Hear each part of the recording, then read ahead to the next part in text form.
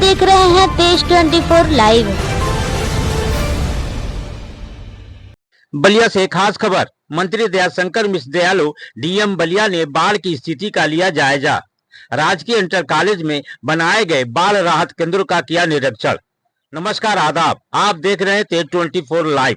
बलिया सोमवार 4 अगस्त 2025 को माननीय मंत्री दयाशंकर मिश्र दयालु, जिला अधिकारी बलिया मंगला प्रसाद सिंह, पुलिस अधीक्षक बलिया ओमवीर सिंह और सीडीओ बलिया द्वारा जनपद बलिया में कानून व्यवस्था के दृष्टिगत बाढ़ प्रभावित क्षेत्र का भ्रमण व निरीक्षण किया गया।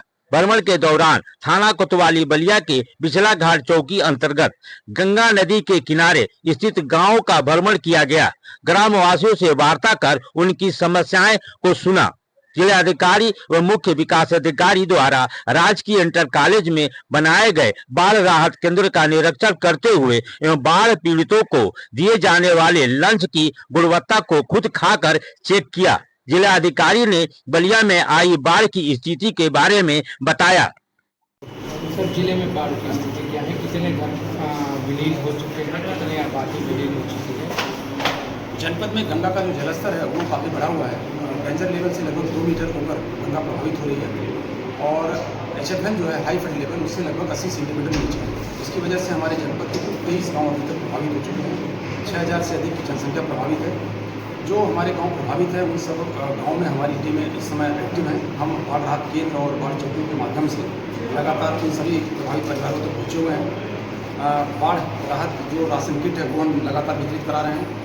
दोनों टाइम पका पकाया खाना सुबह नाश्ते के साथ वितरित करा रहे हैं। लगातार हमारी चिकित्सीय टीमें और पशुधन की टीमें एक्टिव हैं गाँव में। किसी व्यक्ति को, किसी परिवार को कोई परेशानी ना हो चिकित्सा से संबंधित और उनके जानवरों से संबंधित, उसके लिए हम लगातार प्रयास कर रहे हैं। एक सबसे बड़ी समस्या कटान की है। गंगा के उस पार बिहार साइड में हमारे 3 गांव हैं, छट्टी नौरंगा, भगवानपुर और रोही छपरा। इन तीनों गांव में कटान की वजह से समस्या है और अभी तक वहां कटान के कारण 17 घर गंगा में समाहित हो चुके हैं। इस पर प्रभावी नियंत्रण हमारे लिए एक चुनौती है।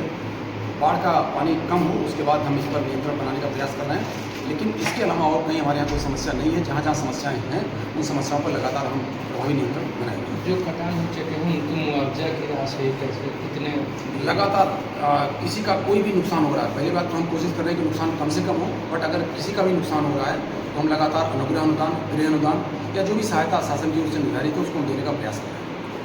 जैसे लोगों को चिकित्सीय टीम के माध्यम से किस तरह से रेस्क्यू किया जा रहा है और नाव की व्यवस्था क्या है जो घिरे हुए हैं? हमारे जनपद में NDRF की 2 टीमें लगातार एक्टिव हैं, डिप्टी कमांडेंट की टीमें। इसके अलावा हमने हर गांव में गांव की आबादी के हिसाब से 2 या 3 बड़ी नावें भी लगा रखी हैं। किसी को कोई असुविधा न हो इसके लिए हमारी चिकित्सीय टीमें लगातार एक्टिव हैं।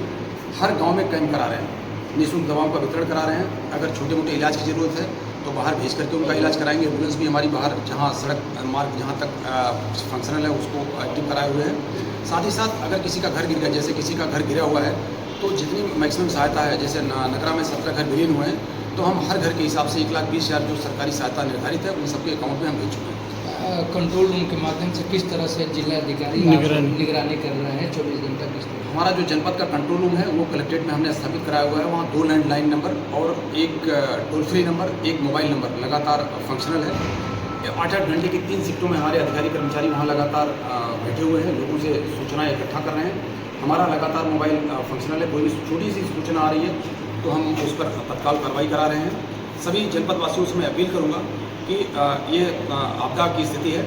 पानी बढ़ने की वजह से बहुत सारे लोगों को परेशानियां हैं, इसे हम स्वीकार करते हैं, लेकिन इन परेशानियों में हम उन्हें अकेला नहीं छोड़ेंगे। जिला प्रशासन उनके लिए लगातार 24 घंटे सतत प्रयत्नशील है। कहीं कोई समस्या हो आप बताइए, हम आपके लिए सदैव तत्पर रहेंगे।